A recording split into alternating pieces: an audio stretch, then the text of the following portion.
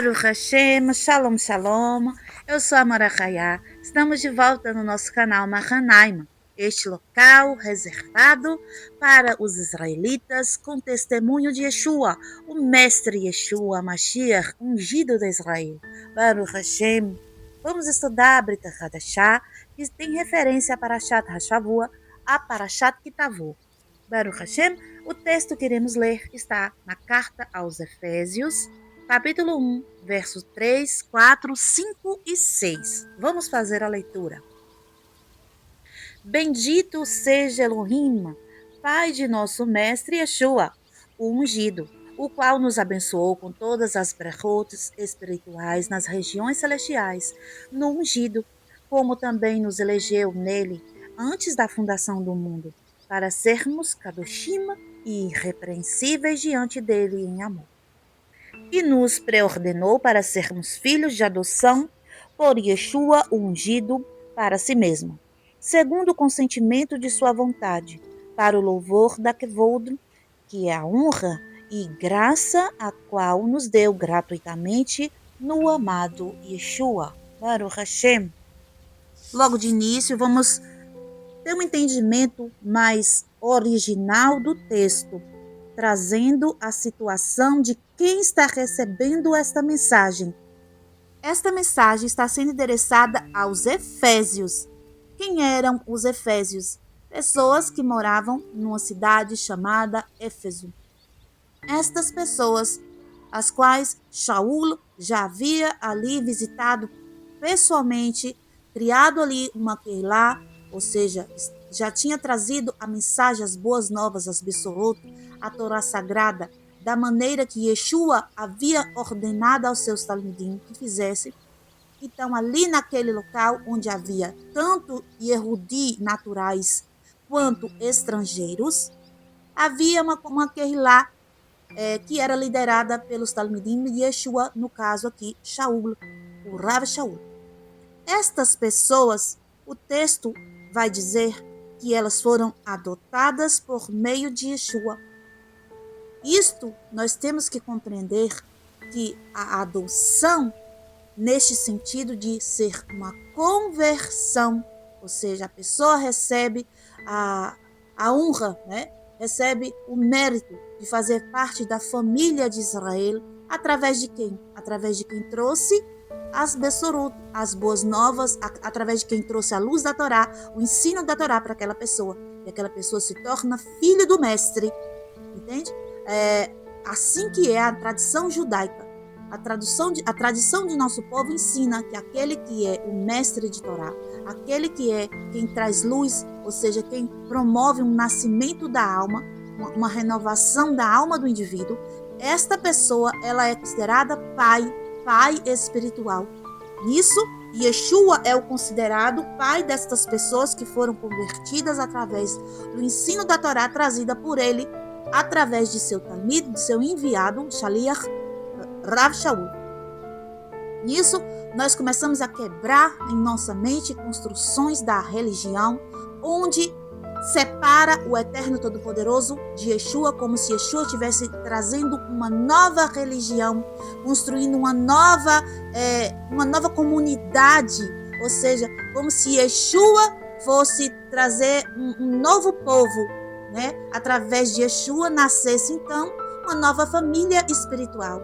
Uma família que era a família de Yeshua, no sentido que Yeshua seria uma novidade espiritual, uma novidade de pregação, de modo de viver, trazido por ele, no sentido de anular aquilo que já tinha sido trazido por Moshe Rabbeinu e demais profetas da Torá.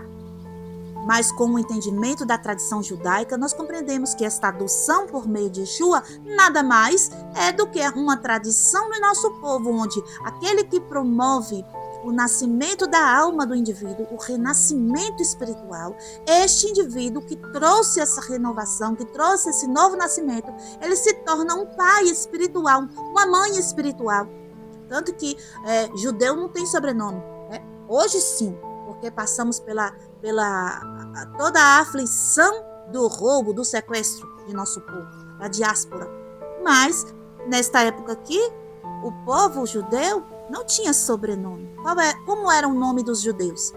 O nome dado por seu pai e um acréscimo chamado de filho, de nome de seu pai, filho de nome de sua mãe. Ou seja, é tradição de nosso povo chamar o indivíduo pelo nome de seu pai, chamar o indivíduo pelo nome de sua mãe. Ou seja, aquele que traz vida é quem dá o próprio nome, é quem dispensa quem é aquele indivíduo, é quem vai ser a identidade da pessoa. Nisso, Yeshua foi trazido como aquele que adota. Por quê? Porque foi através de Yeshua que Shaul recebeu um id para ir até essas pessoas que estavam neste local, chamado Éfeso, Baruch Hashem. Então, aqui vocês podem ler novamente o texto e vocês vão compreender que a bendição, a adoração, a elevação espiritual está sendo para Deus, o Pai de nosso Mestre Yeshua. As bênçãos vêm do Eterno, né? O reconhecimento de que é o Eterno que nos abençoou através de Yeshua, que o Eterno nos elegeu em Yeshua, no ungido, antes da fundação do mundo. E para quebrar mais uma vez esta questão construída pelas religiões pagãs e idólatras, de que sem a figura do mestre Yeshua, do ungido, do Mashiach, a pessoa hoje não tem salvação, né? Que isso é uma blasfêmia dizer que só através, né, da figura de um ser humano é que o outro pode ser salvo. Isso é uma blasfêmia. A única fonte de salvação é o Eterno, é uma fonte direta de salvação. Se qualquer um de nós, nos tornarmos canais de luz, nós podemos intermediar, sim, a salvação para outra pessoa, como eu falei. Qualquer sábio de Torá, qualquer mestre de Torá pode se tornar mãe e pai espiritual, sim, pode, no sentido de ser um canal da luz salvadora do Eterno. Mas o que está sendo dito aqui? Com essa questão de dizer que nós fomos elegidos em Yeshua, no Mashiach, antes da fundação do mundo. Porque Yeshua, a alma de Yeshua, na verdade, né? O Adam Kadmon, é o primeiro vaso. É como se fosse a planta de toda uma construção da criação de Deus, das almas dos homens e de toda a criação. Yeshua, no caso o Mashiach, que recebeu esse nome quando esteve encarnado aqui, o Mashiach, o ungido, ele lá nos mundos superiores, a alma dele quando foi criada lá em cima, a primeira alma, que é a alma de onde provém o Mashiach, ele não dá sequência na criação apenas das almas dos homens, não. Ele dá sequência ali, ele sendo o primeiro mundo criado, ele vai dar sequência à criação de todas as coisas, da Sefirot, de tudo. Ou seja, através desta primeira expressão de Deus, que é o vaso primordial, chamado o ungido, foi que dele descendeu tudo, inclusive as nossas almas. Por isso que Shaul está citando que nós já fomos elegidos, porque o Eterno ele não para no tempo, não existe tempo para Deus. Então, quando foi criado a matriz da criação, que é a essência do primeiro vaso, da alma de Kadmon, que foi encarnado aqui na Terra como Yeshua, o Mashiach, quando aconteceu essa primeira expressão, o Eterno já via todas as almas que dali surgiria. E o Eterno já elegeu, naquele mesmo momento, as almas como seus filhos, como seus servos adoradores, como pessoas que seriam a sua semelhança e fariam a sua vontade. E qual é a vontade do Eterno? É que nós terminemos, então, o processo de elevação de todas as coisas. O Eterno já sabia que haveria uma queda. E não é uma queda apenas da alma chamada Adam. Não. Quem caiu primeiro foram os próprios mundos superiores, né? Então, existe todo um processo de elevação, porque na construção da fisicalidade teve a questão da necessidade de haver a escuridão. Com isso, existe então o processo feito pela alma do homem, originária do ungido, Baruch Hashem, para reaver então este processo de iluminação, o retorno da luz. É isso que temos que fazer, isso que fomos elegidos desde o início, desde a fundação do mundo, aliás, antes mesmo da fundação do mundo, para sermos Kadoshim, Kadoshim irrepreensíveis diante dele, em amor. Interessante que ele fala aqui, né? Shaul cita, que tem que ser em amor, ou seja, tem que ser de forma livre. Né? Por isso que tem todo esse processo da criação da escuridão também, porque se não houver a escolha, não haverá liberdade. E o amor só acontece na liberdade, não existe amor na coerção. Né? Então o Eterno vai criar todo um processo para que exista a liberdade, para que o amor flua das criaturas. Mas essas criaturas, já foi predeterminado para elas o quê? Santidade e perfeição, porque se um ser se tornar irrepreensível, ou seja, a pessoa que não tem nenhum motivo para ser repreendida, é a pessoa que não erra. Não é isso? Então, se Yeshua, que é a matriz, ou seja, o ungido é a matriz, é dito que ele não pecou, que ele não errou, é porque vai chegar um momento que todos os homens serão como ele. Teremos que ser. Este é o encaminhamento. É isso que nós temos que praticar. É isso que nós temos que chegar. Este é o ponto. Esta é a meta que temos que alcançar. Né? E a Parashat Kitavó vai nos incentivar a isso, porque a Parashat Kitavó vai falar claramente que se caso o ser humano leve a sua jornada, né, a jornada da sua alma na brincadeira, não leve a sério o processo de retorno da luz, de limpeza de sua alma, de purificação de sua alma, de iluminação do mundo, este ser humano vai piorar ainda mais a situação de sua própria vida, trazendo para si muitas maldições. Então, nesta paraxá, o que vai pegar mais no ensino aqui são as maldições que serão ditas pelo próprio povo sobre o Monte Ebal. Aqui o Eterno vai nos mostrar a liberdade. Qual é a liberdade? Metade de vocês sobe no monte e fale bênçãos. Metade de vocês sobe em outro monte e fale maldições. Então, as pessoas têm que ter a consciência na hora da redenção de suas almas, que é o início da jornada, da entrada na terra de Israel, que a terra de Israel física é só um símbolo para a redenção espiritual de cada um. Então, eu tenho que começar a compreender, né? E você tem que começar a se atentar para este detalhe, de que existe a liberdade para que nós possamos servir ao Eterno com amor. E a liberdade demanda uma escolha.